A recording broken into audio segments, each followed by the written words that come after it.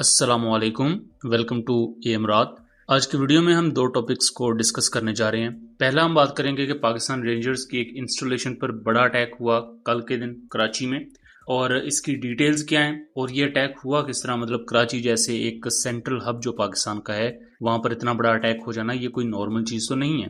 दूसरा हम बात करेंगे कि जैसे जैसे J-35 की प्रोडक्शन चाइना तेज कर रहा है, और यह मैं यूं कहूं कि तेज हो चुकी है, वैसे इसकी नई डिटेल्स भी निकल कर सामने आ रही है। और अभी एक बड़ी अपडेट आई है J-35 प्रोजेक्ट को लेकर, जो ना सिर्फ चाइना के लिए अहम है बल्कि इवन पाकिस्तान के लिए भी काफी ज्यादा मानीखेज है। दोनों टॉपिक्स को डिस्कस करते हैं। पहले टॉपिक की तरफ अगर आ जाएं तो 27 जून 2026 को जमातुल अहरार यानी कि JUA मिलिटेंट्स, जो basically Afghanistan based militant group है, TTP के साथ इनका इत्तेहाद भी है, इनके टेररिस्ट अटैक करते हैं रेंजर्स कैंप पर जो कि कराची में गुलशन इकबाल में मौजूद है। और इस अटैक में होता क्या है कि एक बारूदी मवाद से भरी हुई गाड़ी, जिसे स्वाइप अटैक भी कहा जाता है, वो कंडक्ट किया जाता है। और ये बारूदी मवाद से भरी गाड़ी मेन जो गेट है उससे टकराई जाती है। अब जो स्वाइप अटैक होते हैं उन्हें रोकना बहुत मुश्किल होता है, क्योंकि एक गाड़ी है जिसमें 200-150 किलोग्राम का बारूदी मवाद है, यानी कि MK-82 बॉम्ब जितना। और ये गाड़ी आपके एक प्रीमिसेस का जो मेन गेट है उसकी तरफ आ रही है। आप लेट्स सपोज जो ड्राइवर है उसकी तरफ फायरिंग भी करें, राइफल से उसे शूट भी कर दें, बट स्टिल गाड़ी नहीं रुक सकती। सो ऐसे स्वाइप अटैक को रोकना बहुत मुश्किल होता है, और ये कभी कभार किस्मत पर ही डिपेंड करता है कि वो गाड़ी रुक जाए, बिकॉज वो पूरी गाड़ी एक सुसाइडल मिशन की तरह होती है, तो उसने जाकर टकराना होता है उस बिल्डिंग से, जिसकी वजह से एक बड़ा ब्लास्ट होता है। और उसके बाद इसके पीछे दो मुख्तलिफ गाड़ियों पर ये टेररिस्ट आते हैं, और इनका नंबर ऑब्वियसली थोड़ा होता है, बट जो इनिशियल ब्लास्ट होता है उसमें काफी ज्यादा डैमेजेस होते हैं। जब टेररिस्ट उस कैंप में दाखिल होने की कोशिश करते हैं तो वहीं सिक्योरिटी फोर्सेज उनको रोकती हैं, और मेन बिल्डिंग के अंदर वो नहीं जा पाते। अल्टीमेटली ये काफी देर तक एक्सचेंज ऑफ फायर चलता है, लेकिन अभी के लिए जो ऑफिशियल इन्फॉर्मेशन रिलीज कर दी गई है उसके मुताबिक 3 टेररिस्ट मारे गए। इससे पहले जो कार को चला रहा था बेसिकली वो बंदा, वो ऑलरेडी मारा जा चुका था। इस पूरे ऑपरेशन में 3 पाकिस्तानी सोल्जर्स भी शहीद हुए हैं और 4 जख्मी हुए हैं। पाकिस्तान ने ऑफिशियली इसके बारे में अनाउंस कर दिया है कि जो भी इसके प्रिपरेटर्स हैं, जो भी इसके हैंडलर्स हैं, उनके खिलाफ कार्रवाई की जाएगी। और हम सब जानते हैं कि जैश उल अहरार, TTP और गुल बहादुर ग्रुप, इस जैसे जो मुख्तलिफ मिलिटेंट ऑर्गेनाइजेशंस हैं, इनको काफ़ी ज़्यादा बैकिंग मिलती है अफगानिस्तान से। इसके साथ साथ अफगानिस्तान में इनके हाइड आउट्स भी होते हैं। इस पर इवन रशिया की फॉरेन मिनिस्ट्री की रिपोर्ट्स मौजूद हैं, यूनाइटेड नेशंस की रिपोर्ट्स मौजूद हैं, इवन चाइना इस चीज़ को कंफर्म करता है। और कहीं ना कहीं अफगान तालिबान भी खुलकर तो नहीं मानते, बट इनडायरेक्टली वो ये मानते हैं। बट वो साथ ये भी कहते हैं कि हमें मजीद टाइम दिया जाए ताकि हम इन मिलिटेंट ऑर्गेनाइजेशंस को डिसबैंड कर सकें। इससे पहले भी एक बड़ा अटैक हुआ पाकिस्तान में, जिसके बाद पाकिस्तान ने एयर स्ट्राइक्स लॉन्च की थी अफगानिस्तान के अंदर।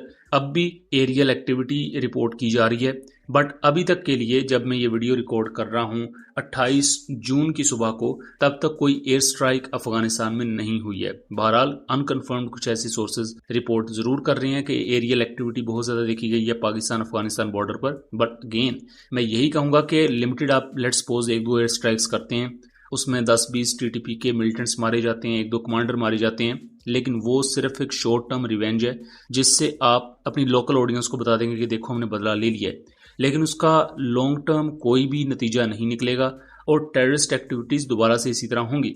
आपने एक और चीज नोटिस की होगी कि जब पाकिस्तान ने अफगानिस्तान के खिलाफ एक फुल फ्लैज ऑपरेशन लॉन्च किया, तो जब तक वो ऑपरेशन चलता रहा तब तक पाकिस्तान में कोई टेररिस्ट एक्टिविटी नहीं हुई थी। जैसे ही वो ऑपरेशन रोका पाकिस्तान ने, दोबारा से वही टेरर एक्टिविटीज शुरू होंगी। तो मेरे ख्याल से अक्लमंद के लिए इशारा काफी है कि हमारी स्टेट को क्या करना चाहिए और किस तरह हम अपने लोगों की और अपने जो हाई वैल्यू इंस्टॉलेशंस हैं उनको किस तरह सेफगार्ड कर सकते हैं। सो दोस्तों, इस इंसिडेंट के बाद अगर हम दूसरे टॉपिक पर आ जाएं, तो हम जानते हैं कि चाइना इस वक्त J-35 की प्रोडक्शन को लेकर जोरों शोरों से काम जारी रखे हुए है। उसकी बड़ी वजह यह है कि चाइना का जो 3rd एयरक्राफ्ट कैरियर है उसकी मेन स्ट्रेंथ ही J-35 है, और चाइना इस वक्त पूरी कोशिश कर रहा है कि ना सिर्फ चाइनीज नेवी का वेरिएंट बल्कि एयरफोर्स का वेरिएंट J-35 का उनको मैस प्रोड्यूस किया जाए एज सून एज पॉसिबल। अब एक नई डॉक्यूमेंट्री जो कि एविक की 80th एनिवर्सरी के मौका पर रिलीज की गई, आई थिंक 80th एनिवर्सरी या 78th एनिवर्सरी, तो इस मौका पर जो J-35 एयरक्राफ्ट की प्रोडक्शन फैसिलिटी की नई पिक्चर्स रिलीज की गई हैं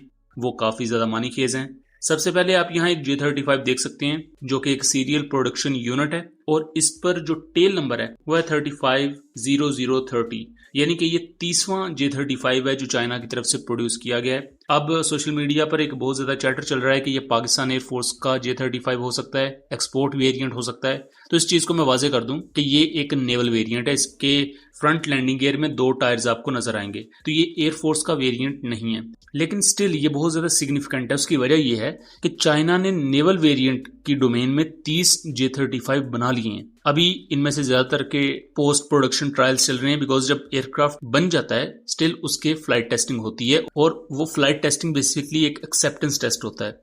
जब वो फ्लाइट टेस्टिंग मुकम्मल हो जाती है, वो खास एयरक्राफ्ट या उसका यूनिट उस पर्टिकुलर सर्विस की म्यार पर पूरा उतरता है, तो फिर उसे इंडक्ट कर लिया जाता है। तो जहां तक अब एयरफोर्स के वेरिएंट की बात है, तो इससे तो डेफिनेटली चीजें समझ आ ही चुकी हैं कि अगर 30 एयरक्राफ्ट सिर्फ नेवल वेरिएंट के बन चुके हैं, तो इट मींस कि एयरफोर्स के वेरिएंट के भी अभी तक कोई 15 या 20 एयरक्राफ्ट तो बन चुके होंगे।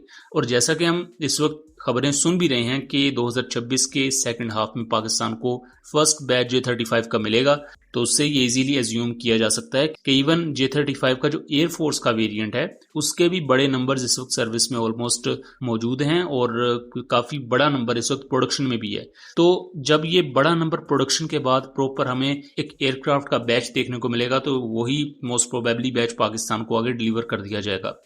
लेकिन चाइना जितनी तेजी से एयरक्राफ्ट की मैन्युफैक्चरिंग कर रहा है, हो सकता है आने वाले वक्त में ये अमेरिका की मैन्युफैक्चरिंग कैपेसिटी को भी पीछे छोड़ दें। लेकिन उसके लिए ऑब्वियसली चाइना को दूसरी कंट्रीज में भी अपनी प्रोडक्शन लाइन को एक्सपेंड करना पड़ेगा, जैसे अमेरिका ने किया था कि अमेरिका ने सिर्फ अपने मुल्क में प्रोडक्शन लाइन रखने से या सिर्फ अपने मुल्क में वो पूरी कैपेसिटी बिल्डिंग करने के उसने अपने इत्तेहादी कंट्रीज में भी एक्सटेंडेड प्रोडक्शन लाइन्स बना दी, जिससे उनका पर एयरक्राफ्ट मैन्युफैक्चरिंग का रेट ज्यादा हो गया।